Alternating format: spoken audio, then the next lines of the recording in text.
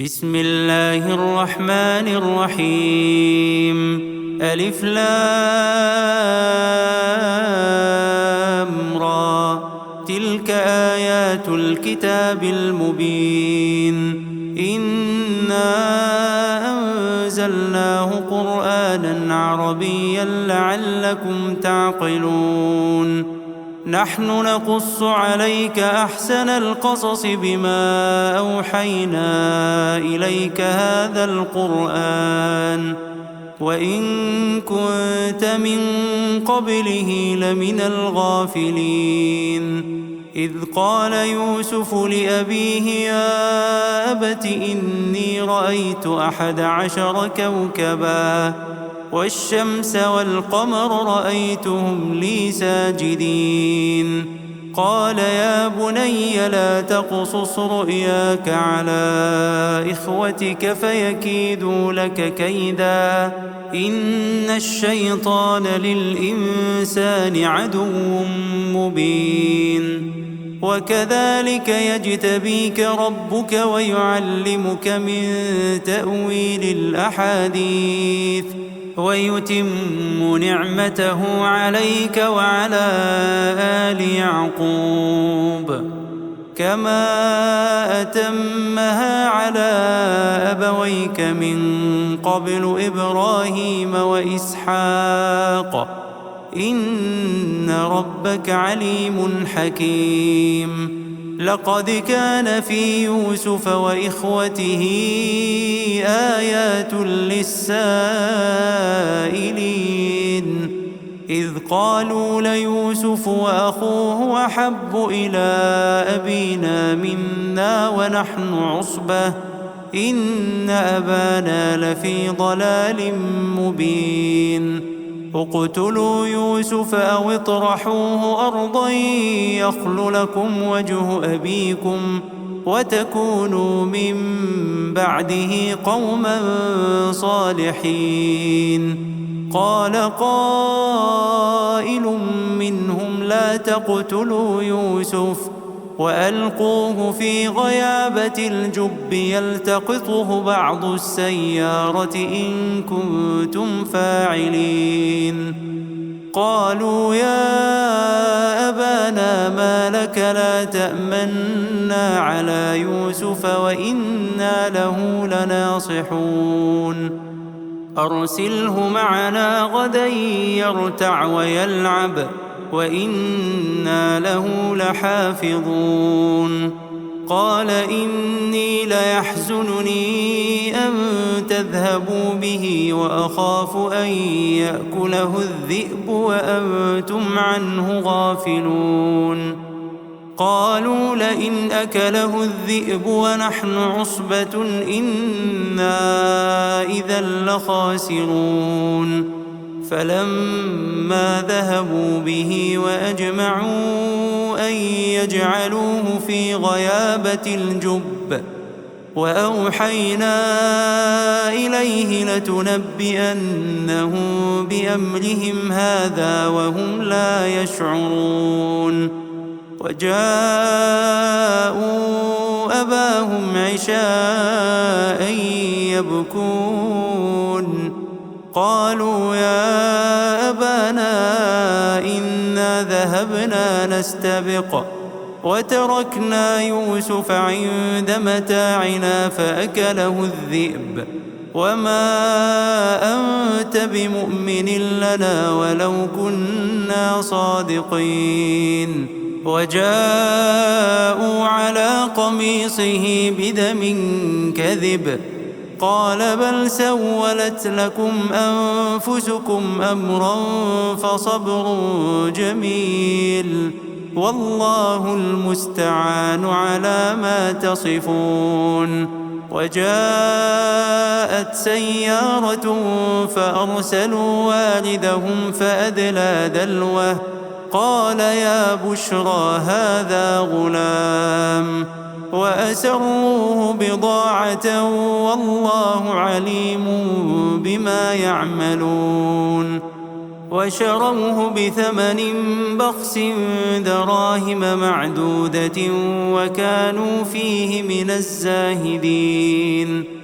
وقال الذي اشتراه من مصر لامرأته أكرمي مثواه عسى أن ينفعنا أو نتخذه ولدا وكذلك مكنا ليوسف في الأرض ولنعلمه من تأويل الأحاديث والله غالب على أمره ولكن أكثر الناس لا يعلمون.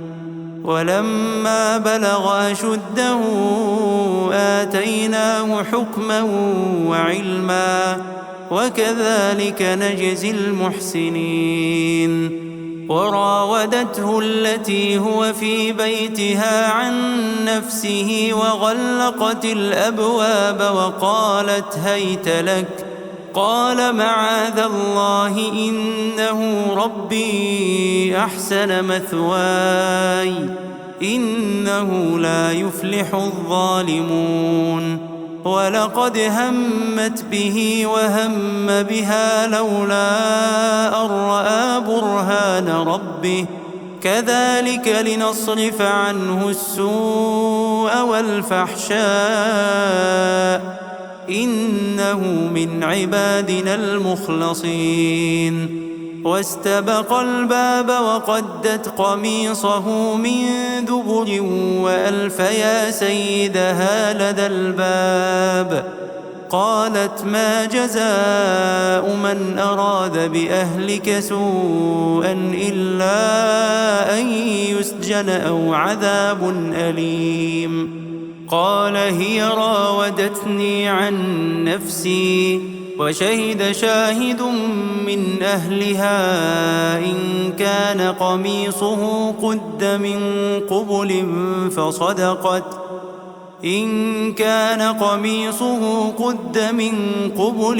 فصدقت وهو من الكاذبين وإن كان قميصه قد من دبر فكذبت وهو من الصادقين.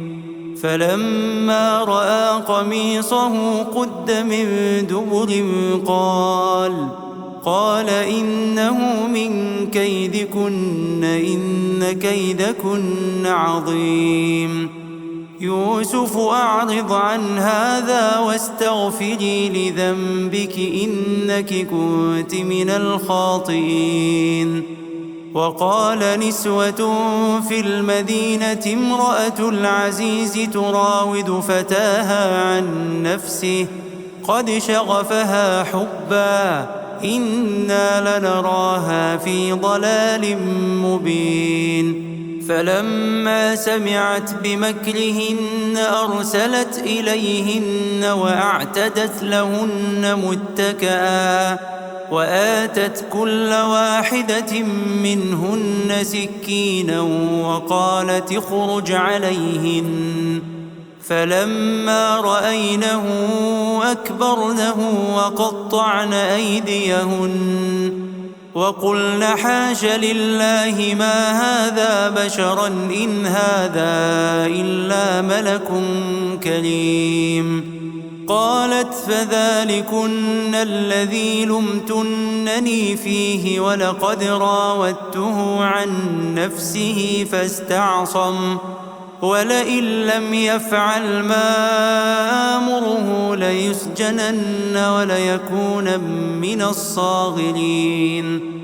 قال رب السجن أحب إلي مما يدعونني إليه وإلا تصرف عني كيدهن أصب إليهن وأكن من الجاهلين. فاستجاب له ربه فصرف عنه كيدهن إنه هو السميع العليم. ثم بدا لهم من بعد ما رأوا الآيات ليسجننه حتى حين. ودخل معه السجن فتيان قال أحدهما إني أراني أعصر خمرا وقال الآخر إني أراني أحمل فوق رأسي خبزا تأكل الطير منه نبئنا بتأويله إنا نراك من المحسنين قال لا يأتيكما طعام ترزقانه إلا نبأتكما بتأويله قبل أن يأتيكما ذلكما مما علمني ربي إني تركت ملة قوم لا يؤمنون بالله وهم بالآخرة هم كافرون واتبعت ملة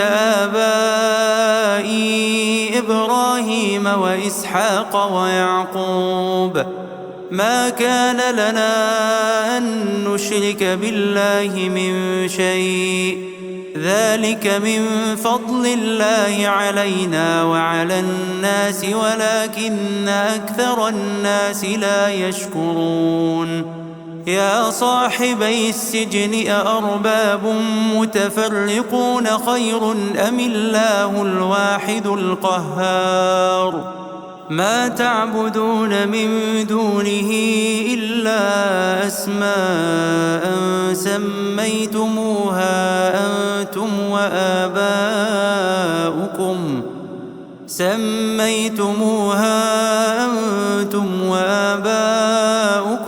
ما أنزل الله بها من سلطان إن الحكم إلا لله أمر ألا تعبدوا إلا إياه ذلك الدين القيم ولكن أكثر الناس لا يعلمون يا صاحبي السجن أما أحدكما فيسقي ربه خمرا وأما الآخر فيصلب فتأكل الطير من رأسه قضي الأمر الذي فيه تستفتيان وقال للذي ظن أنه ناج منهما اذكرني عند ربك فأنساه الشيطان ذكر ربه فلبث في السجن بضع سنين وقال الملك إني أرى 7 بقرات سمان يأكلهن 7 عجاف و7 سنبلات خضر وأخر يابسات يا أيها الملأ أفتوني في رؤياي إن كنتم للرؤيا تعبرون قالوا أضغاث أحلام وما نحن بتأويل الأحلام بعالمين وقال الذي نجا منهما وادكر بعد أمة أنا أنبئكم بتأويله فأرسلون يوسف أيها الصديق أفتنا في 7 بقرات سمان يأكلهن 7 عجاف و7 سنبلات خضر وأخر يابسات لعلي أرجع إلى الناس لعلهم يعلمون قال تزرعون 7 سنين دأبا فما حصدتم فذروه في سنبله إلا قليلا مما تأكلون ثم يأتي من بعد ذلك 7 شداد يأكلن ما قدمتم لهن إلا قليلا مما تحصنون ثم يأتي من بعد ذلك عام فيه يغاث الناس وفيه يعصرون وقال الملك ائتوني به فلما جاءه الرسول قال ارجع إلى ربك قال ارجع إلى ربك فاسأله ما بال النسوة اللاتي قطعن أيديهن إن ربي بكيدهن عليم. قال ما خطبكن إذ راوتن يوسف عن نفسه قلن حاش لله ما علمنا عليه من سوء. قالت امرأة العزيز الآن حصحص الحق أنا راودته عن نفسه وإنه لمن الصادقين. ذلك ليعلم أني لم أخنه بالغيب وأن الله لا يهدي كيد الخائنين. وما أبرئ نفسي إن النفس لأمارة بالسوء إلا ما رحم ربي إن ربي غفور رحيم. وقال الملك ائتوني به أستخلصه لنفسي فلما كلمه قال إنك اليوم لدينا مكين أمين. قال اجعلني على خزائن الأرض إني حفيظ عليم. وكذلك مكنا ليوسف في الأرض يتبوأ منها حيث يشاء نصيب برحمتنا من نشاء ولا نضيع أجر المحسنين. ولأجر الآخرة خير للذين آمنوا وكانوا يتقون. وجاء إخوة يوسف فدخلوا عليه فعرفهم وهم له منكرون. ولما جهزهم بجهازهم قال ائتوني بأخ لكم من أبيكم ألا ترون أني أوفي الكيل وأنا خير المنزلين. فإن لم تأتوني به فلا كيل لكم عندي ولا تقربون. قالوا سنراود عنه أباه وإنا لفاعلون. وقال لفتيانه اجعلوا بضاعتهم في رحالهم لعلهم يعرفونها إذا انقلبوا إلى أهلهم لعلهم يرجعون. فلما رجعوا إلى أبيهم قالوا يا أبانا منع منا الكيل فأرسل معنا أخانا نكتل وإنا له لحافظون. قال هل آمنكم عليه إلا كما أمنتكم على أخيه من قبل فالله خير حافظا وهو أرحم الراحمين.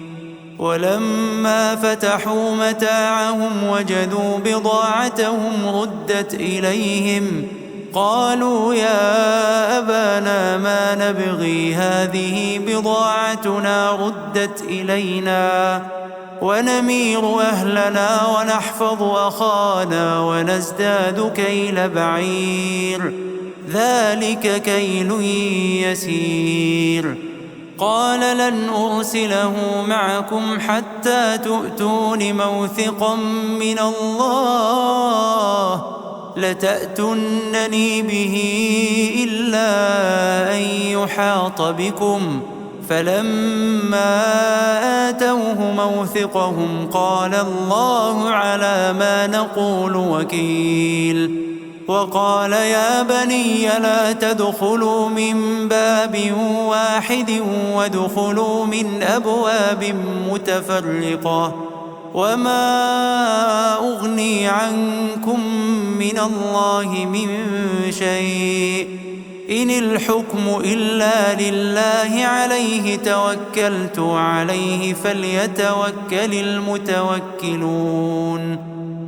ولما دخلوا من حيث أمرهم أبوهم ما كان يغني عنهم من الله من شيء إلا حاجة في نفس يعقوب قضاها وإنه لذو علم لما علمناه ولكن أكثر الناس لا يعلمون. ولما دخلوا على يوسف آوى إليه أخاه قال إني أنا أخوك فلا تبتئس بما كانوا يعملون. فلما جهزهم بجهازهم جعل السقاية في رحل أخيه ثم أذن مؤذن أيتها العير إنكم لسارقون. قالوا وأقبلوا عليهم ماذا تفقدون؟ قالوا نفقد صواع الملك ولمن جاء به حمل بعير وأنا به زعيم. قالوا تالله لقد علمتم ما جئنا لنفسد في الأرض وما كنا سارقين. قالوا فما جزاؤه إن كنتم كاذبين؟ قالوا جزاؤه من وجد في رحله فهو جزاؤه كذلك نجزي الظالمين. فبدأ بأوعيتهم قبل وعاء أخيه ثم استخرجها من وعاء أخيه كذلك كدنا ليوسف ما كان ليأخذ أخاه في دين الملك إلا أن يشاء الله نرفع درجات من نشاء وفوق كل ذي علم عليم.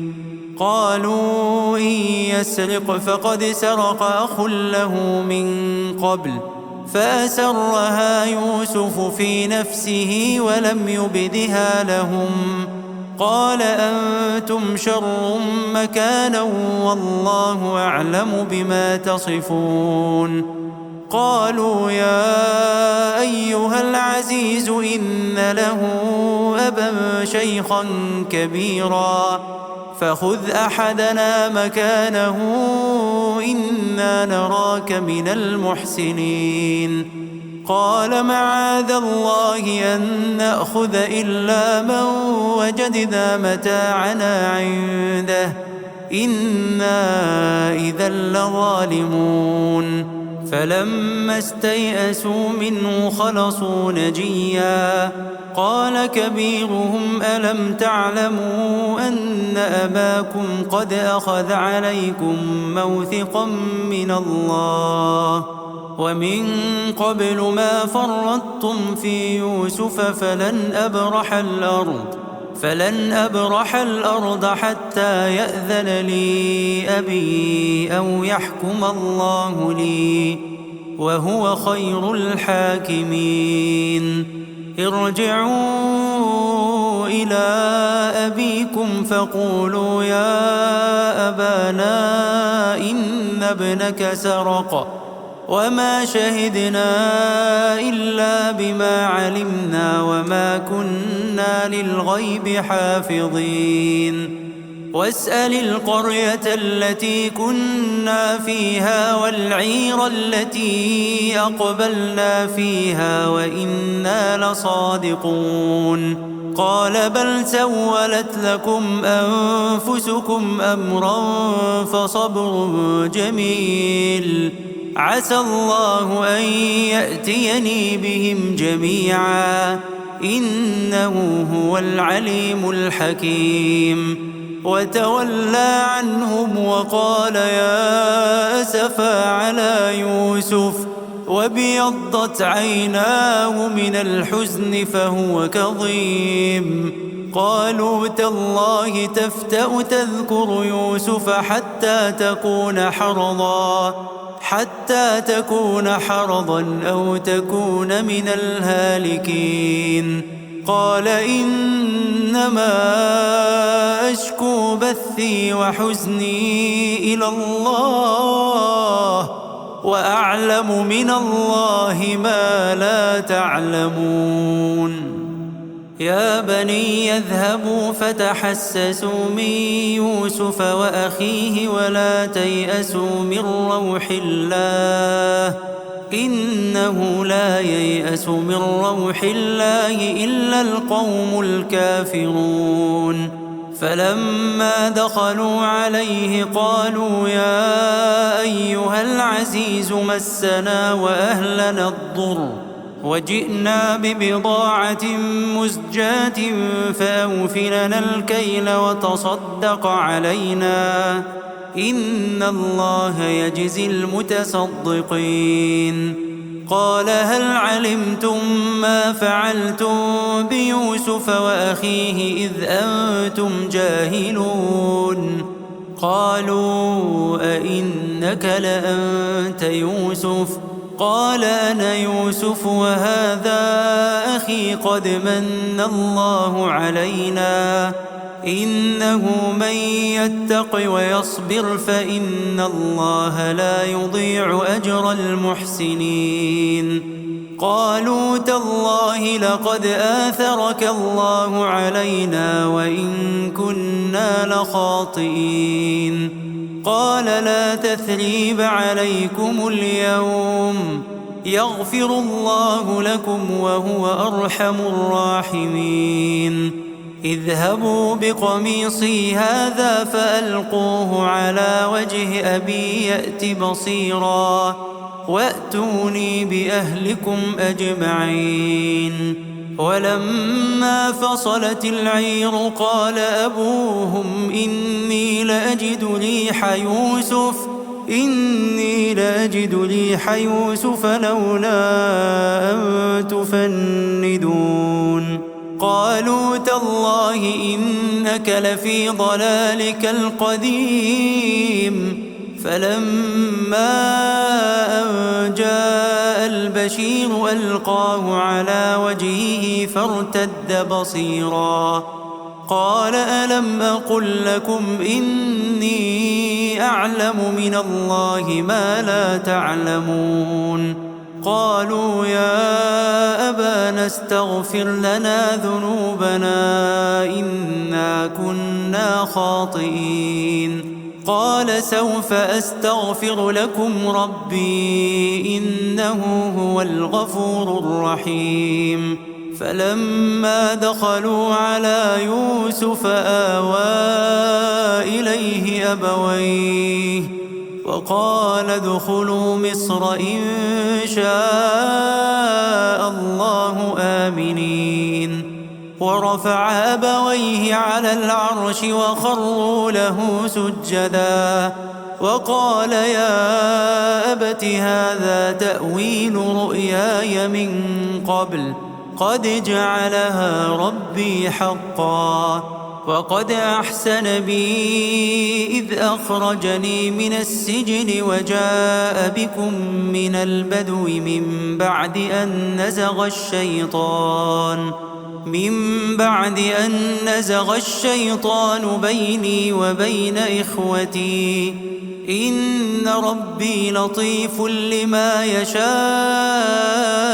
إنه هو العليم الحكيم رب قد آتيتني من الملك وعلمتني من تأويل الأحاديث فاطر السماوات والأرض أنت ولي في الدنيا والآخرة توفني مسلما وألحقني بالصالحين ذلك من أنباء الغيب نوحيه إليك وما كنت لديهم إذ أجمعوا أمرهم وهم يمكرون وما أكثر الناس ولو حرصت بمؤمنين وما تسألهم عليه من أجر إن هو إلا ذكر للعالمين وكأين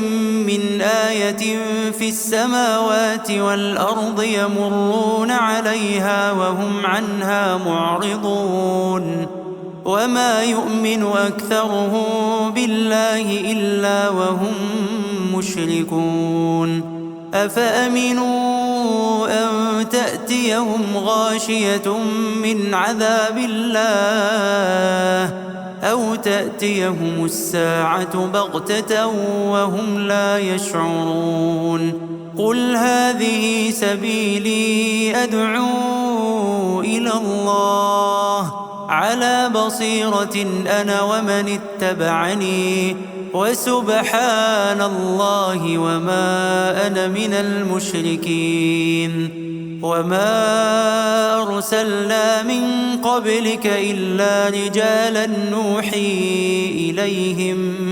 نوحي إليهم من أهل القرى أفلم يسيروا في الأرض فينظروا كيف كان عاقبة الذين من قبلهم ولدار الآخرة خير للذين اتقوا أفلا تعقلون حتى إذا استيأس الرسل وظنوا أنهم قد كذبوا جاءهم نصرنا فنجي من نشاء ولا يرد بأسنا عن القوم المجرمين لقد كان في قصصهم عبرة لأولي الألباب ما كان حديثا يفترى ولكن تصديق الذي بين يديه وتفصيل كل شيء